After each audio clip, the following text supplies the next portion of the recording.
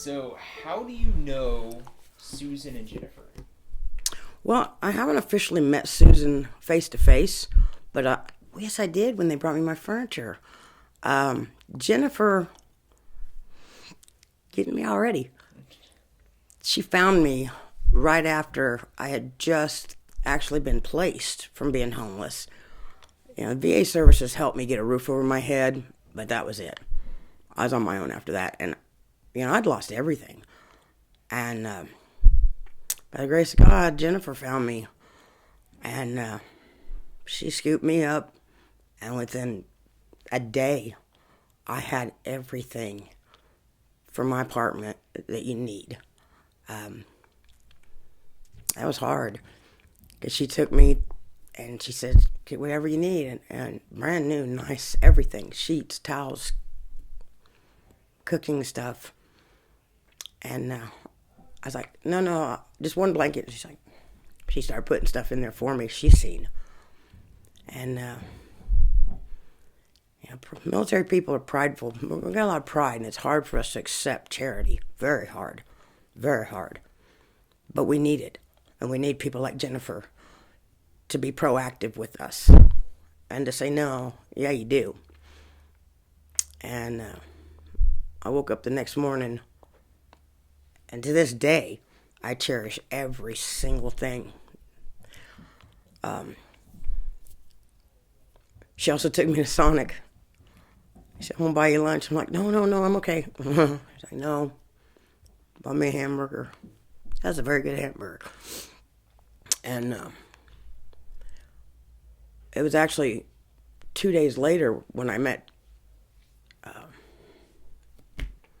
Susan. Because she didn't get the big stuff that day. It was just all the stuff. But she'd show me the couches and the furniture. And it's about maybe 1-2 days tops. And Susan called and she says, hey, I got some furniture for you. And these guys, 2 guys in a truck, pulled up. And they had the most beautiful couch and chair, glass coffee table, and end tables and lamps that had been donated from one of the flight service centers out the airport. And she said, we thought of you. And instead of taking it to our house, to where we keep our stuff, we just came right here. And they carried it all in. I didn't have to carry anything. I didn't have to move anything. And I showed Jennifer and Shawn about a month ago. They were helping another veteran. I seen him, and I just had him peek in the door. And they're like, you still got it? You're kidding? Of course I still got it. I'm very, very proud of that stuff. So that's how I met Jennifer and Susan. Yes. Are you a veteran? Oh, yes, absolutely. I served from 85 to 94 in the world's finest Navy. I was a petty officer, second class, aviation hydraulic mechanic. I got out because my grandma was dying of cancer, and I wanted to spend some time with her, and full intention to going back and finishing my 20, and I just absolutely started making too much money on the outside. And I was in a alternative relationship, which back then wasn't, so we decided we bought a house and stayed. Did good for another 10, 15 years until life hit. Mm-hmm. So what were you doing when you got out of the military the first time? I went to Raytheon.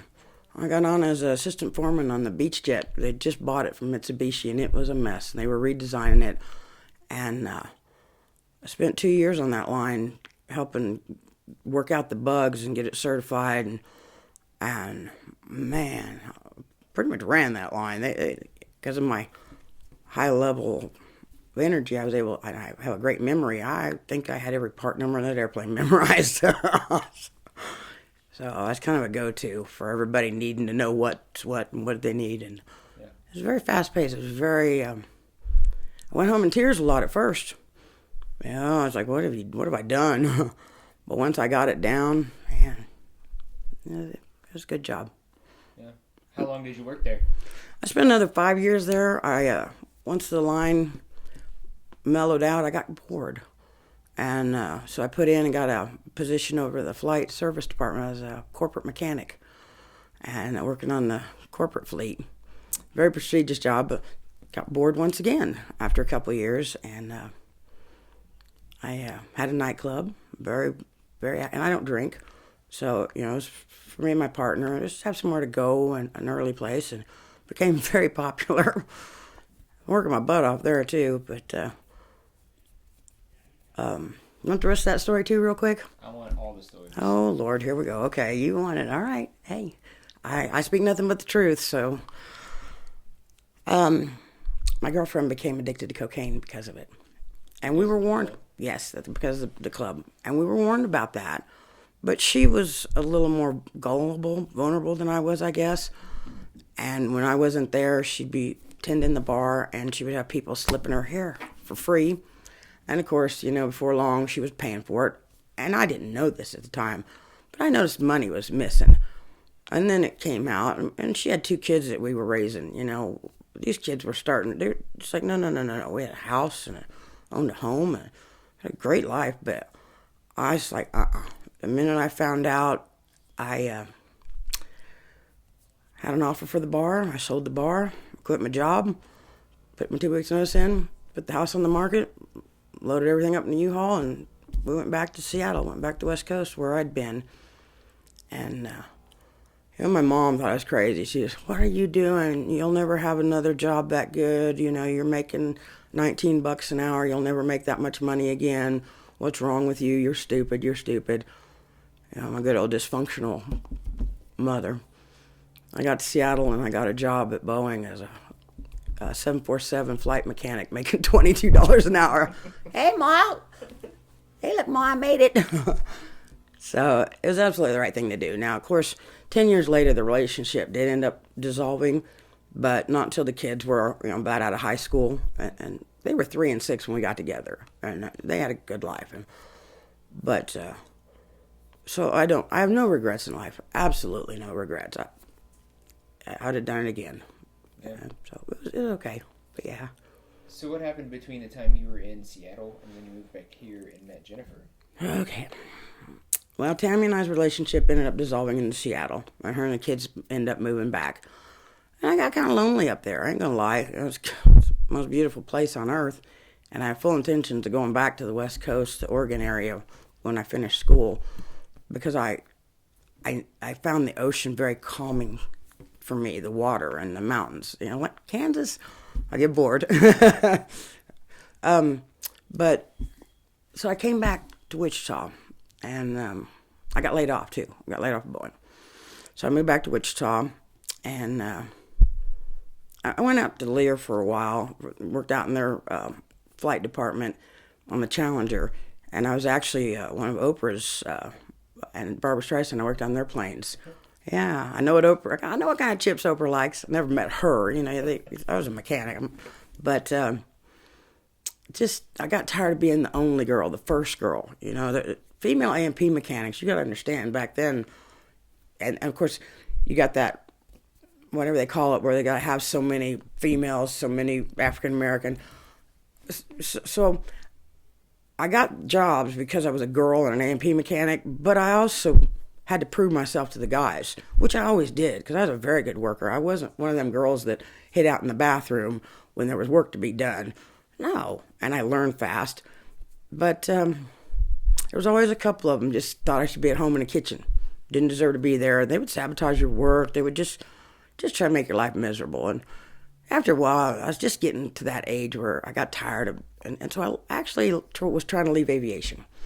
And I went to work for Global Engineering, and I started up their shipping department. They got a contract for Raytheon's jet interior package, $1 million packages, and so I designed the trailer and the shipping and the packaging and making sure even the inspectors, all the parts were right, and did a real good job. And after about a year and a half, when I got it all running smooth, Global decided to give it to the stockroom to do and let me go. It's like, thanks a lot.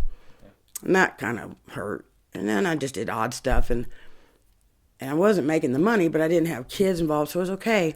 But then I got in another relationship, and a couple kids involved again, and it was with somebody that just they had a personality disorder that I was trying to understand and work with, and did okay for about 3 or 4 years, and then that's when everything happened, and that's when I found out she was cheating on me, and caught her pretty quick too. She was pretty shocked, but what I didn't know is for 3 or 4 months prior to that, she had stopped paying all the bills. The rent hadn't been paid, the utilities hadn't been paid, there were credit cards in my name that I didn't know about. And you understand, I was making maybe $10 an hour at best, and she didn't work. And so when I had to dissolve the relationship, and I'd actually made sure her and her kids had a nice place down the street and furniture, and I paid for bought her car. And then I found out the real, and by that point, I was getting an eviction notice. I had no money in the bank. I had no credit or ability to borrow because I'd, left, and I wasn't that lower middle class category anymore. And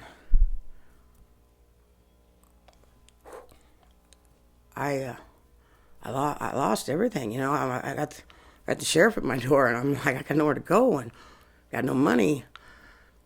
I went out to the VA. I'd been seeing a counselor out there anyway that helped me dissolve my codependent relationship with my mom and free myself of that. Thank God, it's okay not to know, but when you know better, you do better. And I didn't know that you're not supposed to die so your mom could live. Are you willing to die so somebody else could live? I'm like, no, then why are you doing it? And that's true. For 48 years of my life, I lived to serve my mother. Sick, but I didn't know. And so I went out to see Christina, and I said, Christina, and I told her what was going on. She said, you need to see a social worker. I said, no, I don't. Social workers are for abused kids. What do you mean, social worker? I'm 48 years old. I'm supposed to be an adult. I'm supposed to be all this, have my shit together, and I got no support system. I got no family network. I don't have friends that can help me. I said, no, Shawn.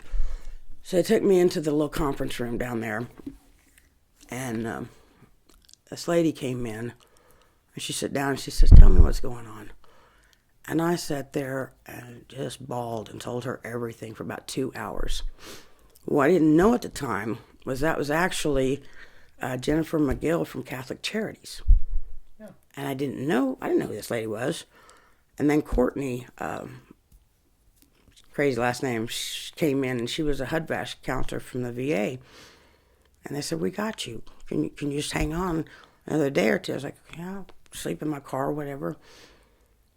And that's how the process began, that they got me housed through that. But then that was it. They don't... And Jennifer was in the process of remodeling. They were in the process of remodeling the Passageways house, and they had allowed another female veteran to stay there during that time because there was no men there, and they were trying to, work that out. And I had met this female veteran through the homeless program at the VA, and I was trying to befriend her. She was an older, she was an Army nurse, but I'd already realized that this person, needed to be kept at arm's length, that she had things that I didn't agree with, but, I'm not going to take her inventory. And she had violated Jennifer's trust and done something and Jennifer, they needed to get her out of there. And her name, I'm not going to mention any names. Yeah, let's not do that. And she really didn't have nowhere to go, and she mentioned me, and Jennifer says, and they brought her to my apartment. And this lady showed up, and I'm like, okay, and I just got my apartment. And I'm like, okay, and this lady ran up the stairs real quick and into my apartment, and I'm left there with Jennifer, and may have been Susan at the time. There was another lady, I believe, with her. And she said, I apologize, but, we've got all our stuff here in this car, and I said, fine, I understand. I apologize to you, and I don't know what I'm going to do, but she can come here for 24 hours. And as I was getting her stuff out of their car, is when Jennifer and I met. And Jennifer was just like, what? I said, yeah, I just got here and I got no furniture. She's like, what? Are you kidding? She says, you call me. And so I got this lady on down the road the next day, and I called Jennifer, and Jennifer was just another angel. And she came, and she coveted me with her wings, and she's just been an angel ever since, you know. And I've seen the work she does, and I've seen the veterans that they reach out to. And those are veterans that don't make it to the VA. Those are the veterans that still have their pride. Pride come before the fall. And those guys are falling because they can't swallow their pride and ask for help. They're lost in addiction and alcoholism. You know, addiction's just a symptom. These guys got something else going on, but probably never know. You know, they crawled into a bottle. But their pride keeps them under a bridge. And they're good people. They just don't know how to reach out, as a lot of us don't. And that's why Jennifer and Shawn's learned to reach in. And thank God, because nobody else reaches in. Most people only help those who reach out. Very, very few people have the courage, have the strength, have the humanity to reach in. Jennifer does. We're blessed to have her. Absolutely. Gimme. Thank you for sharing that story. You're welcome. Did I share what did you want? Absolutely. Yeah.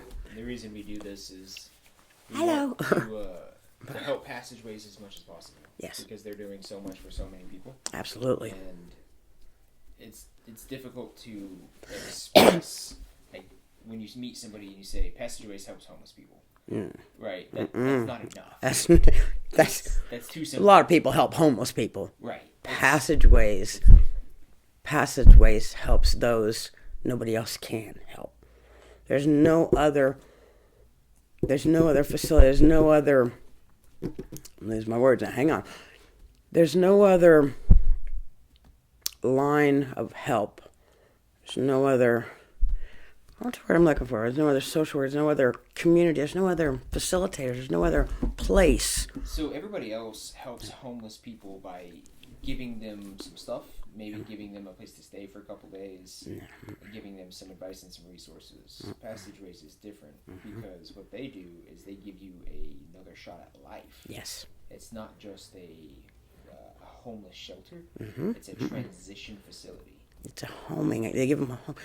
Passageways gives people a home. They put no limitations on you. They put no expectation. You're not required to work so many hours. You're not on a deadline. You got, 30 days. Passageways says, come on in. Don't drink in our place. Don't do drugs in our place. But Passageways lets people be people and come to it in their own time. Passageways lets people find themselves in their own time, and they just support them and love them until they come to love themselves. Passageways loves those that don't know how to love themselves until they can love themselves. Passageways is one of a kind. One of a kind. All they ask for is respect. And that's because they want you to respect yourself. And how are you going to respect yourself if you don't respect others? So they say respect us, because they know that through that, you're going to learn to respect yourself. You're going to learn, maybe a shower does feel good. Maybe a haircut, maybe some clean clothes, a warm bed. Respect us, because they know that through that, you're going to respect yourselves. And they're going to love you until you can learn to love yourself again. Absolutely. It's a blessing. It's a gift. By the grace of God go I, and by the grace of God we got them. I just don't know how else to put it. They are one of a kind. There's no other place like them. None that I've ever known of. I think you said it all.